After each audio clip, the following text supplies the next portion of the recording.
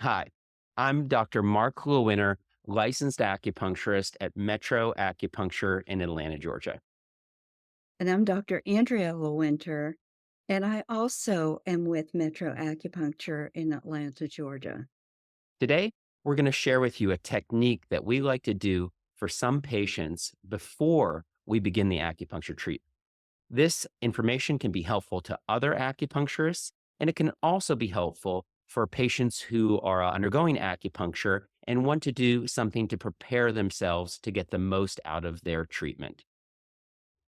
So, the genesis of this combination of techniques that we like to do came recently when Andrea, my mom, and I were talking about ways that we like to settle the patient or have the patient kind of arrive into the treatment room energetically or emotionally, mentally before the treatment begins. Many of our patients may come right from work, they may come from having been stuck in traffic. Perhaps they're dealing with several things going on with their family and they're wanting to relax. And that's why they're coming for the acupuncture treatment or they're wanting to have relief from their pain. A lot of our patients that we see are patients who've been diagnosed with infertility and are doing IVF.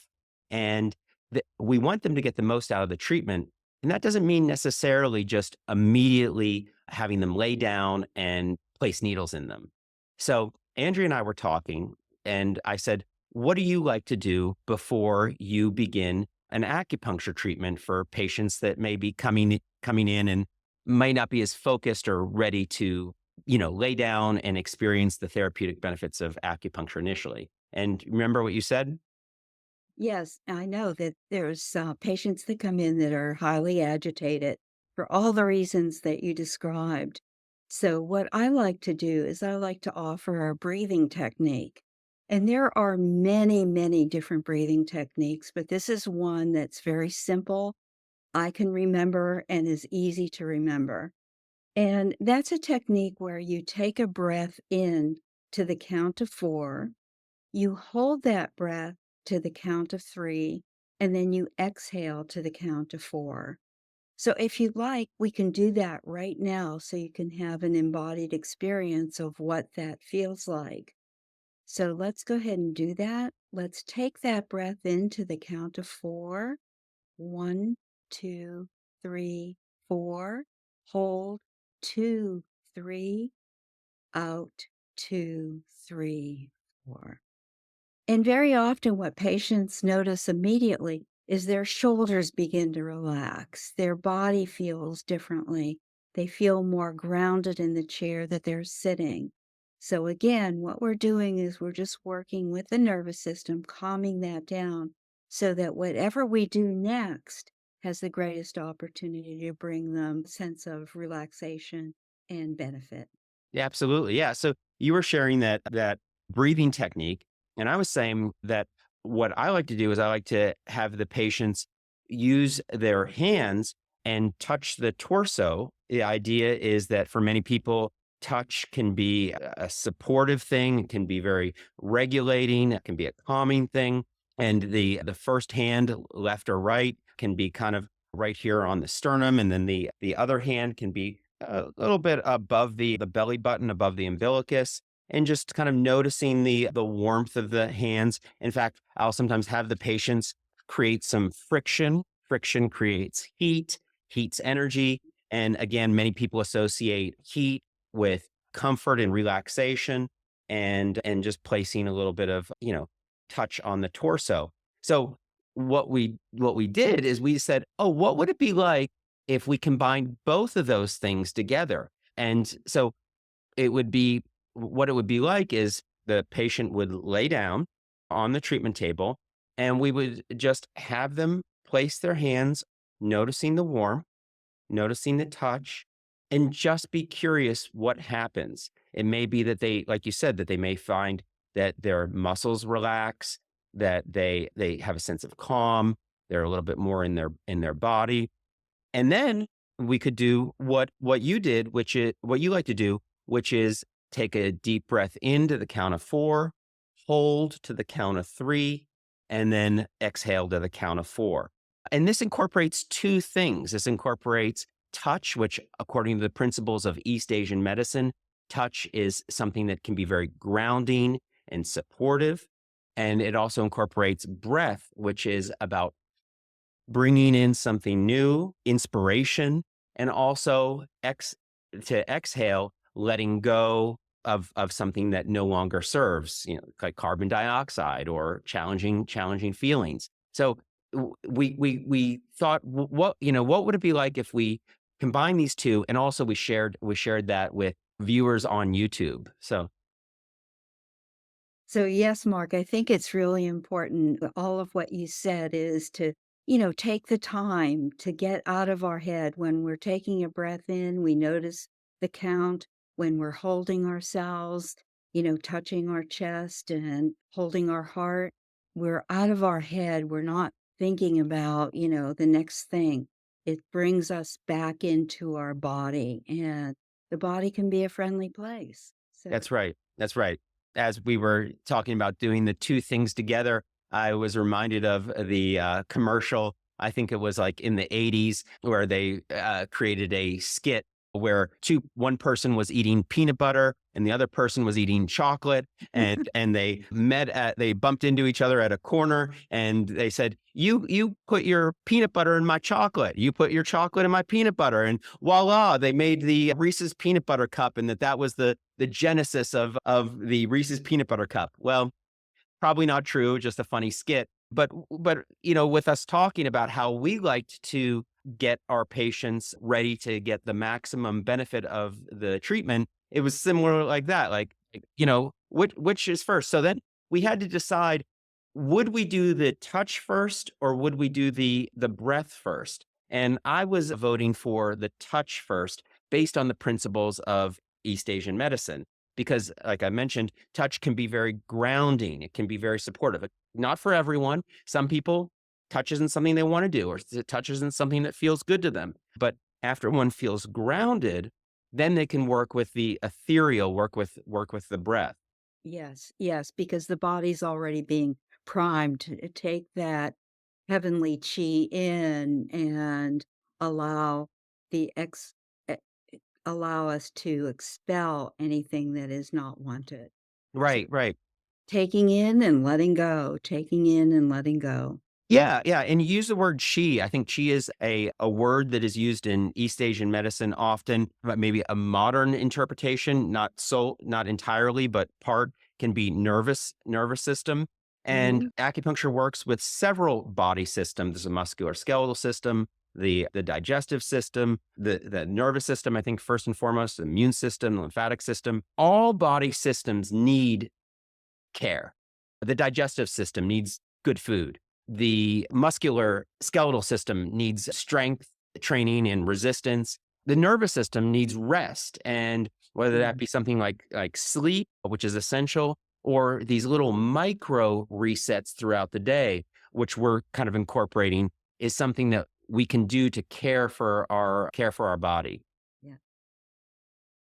So we can kind of go through like what that would look like, and if it's all right, I'll guide us and see. So if you were Andrea, if you were the patient and you were laying down, I would say to you, like, let me have you find a comfortable spot on the treatment table. Notice the pillow, notice the bolster under the knees, maybe notice the support of the treatment table. Might even incorporate other sounds in the room. We play music, so maybe noticing the sounds, allowing the eyes to go where the eyes want to go. Just kind of bring the senses into the room a little bit more. And then I would say, let's bring our hands together, create some friction. Okay, it's going to create some heat, and then place one hand over kind of the sternum, breastbone, and then another hand just above the umbilicus, wherever feels right. You can see left, right, where what feels best, and just notice that touch. What we're doing is we're sending a message from the peripheral nervous system up to from the peripheral nervous system up to the central nervous system. And the intention is that we're sending a message of safety, comfort.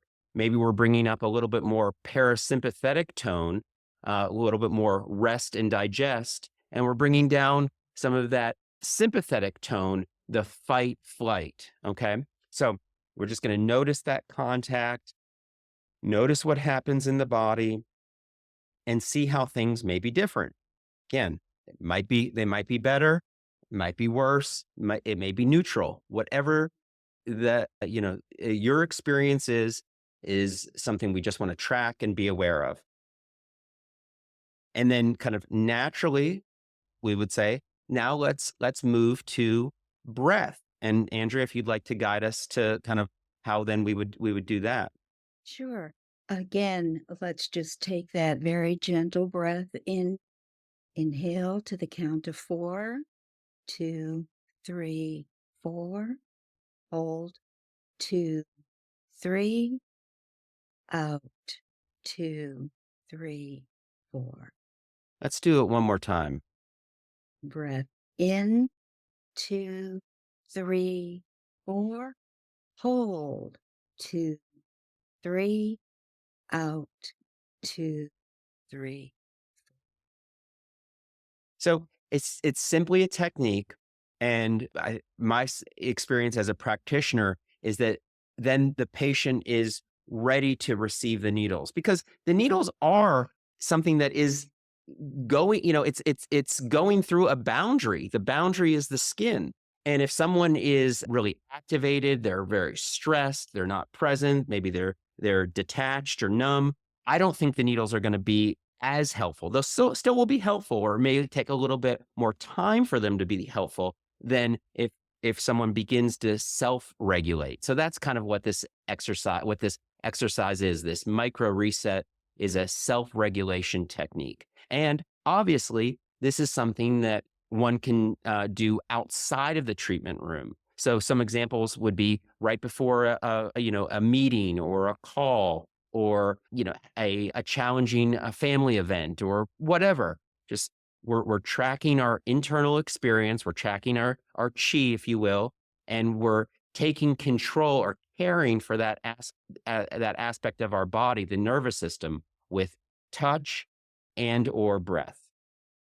Excellent, Mark, and I'll just add one quick thing is, like, I use this in the car, and Atlanta traffic can be challenging. So, a little hard to let go of the steering wheel or a little unsafe to let go of the steering wheel, but you can do that breath, if you're sitting in traffic or, it just you feel stressed at any moment in time, and no one needs to know that you're doing it. That's right. Is that there are ways that kind of, I would say, the adult part of ourselves needs to care for these more vulnerable Yeah. parts, and the nervous system is very vulnerable. It can, there can be a sound, and all of a sudden it changes what's happening biochemically, or even with the body's energy. So having the awareness that we need to bring ourselves back. We need these micro resets. So I think that was it, Andrew. I just wanted to kind of share a little bit of our philosophy on that. We not only do acupuncture, but we help the patients relax before an acupuncture treatment, and we want to teach the patients how to care for themselves outside of the acupuncture Side of treatment. the Yeah, treatment room. yeah, Yes, yeah. yeah. Was there anything else that you thought would be good to add about this I think thought? you Or really you really highlighted all the points that I would have done is that, doing something that is quick and easy and doesn't take any it really doesn't take any effort for us to be able to calm that nervous system because we live in a very dynamic world today where we're always in that fight and fleet freeze mode. So I think that, all of the things that you mentioned are really potent reminders for us to do a little bit of self-care whenever we notice that we're feeling on edge. yeah, so it can be something that's self-care when we're on edge, and it also can be self-care to enhance Yes. positive experiences. Like, it can be something that one says, I want to do before sleep. I want to do before an acupuncture treatment. I want to do this before this important, event with a loved one or someone I care about, so that we can just be more present. I mean, that's kind of the name of the game. Yes. Yes. Well, so once again, I'm Mark Lewinner. I'm talking with my mom, Andrea Lewinner. We're a mother and son team at Metro Acupuncture in Atlanta, Georgia, and we're happy to share this information with you today. And of course, if you are struggling with anything like chronic or acute pain, headaches, migraines, you've been diagnosed with infertility, if you're doing IVF, we'd be glad to help. And our website is metroacupuncture.com, where you can schedule an appointment online. So thanks for your interest in this video, and we look forward to seeing you next time. Thank you.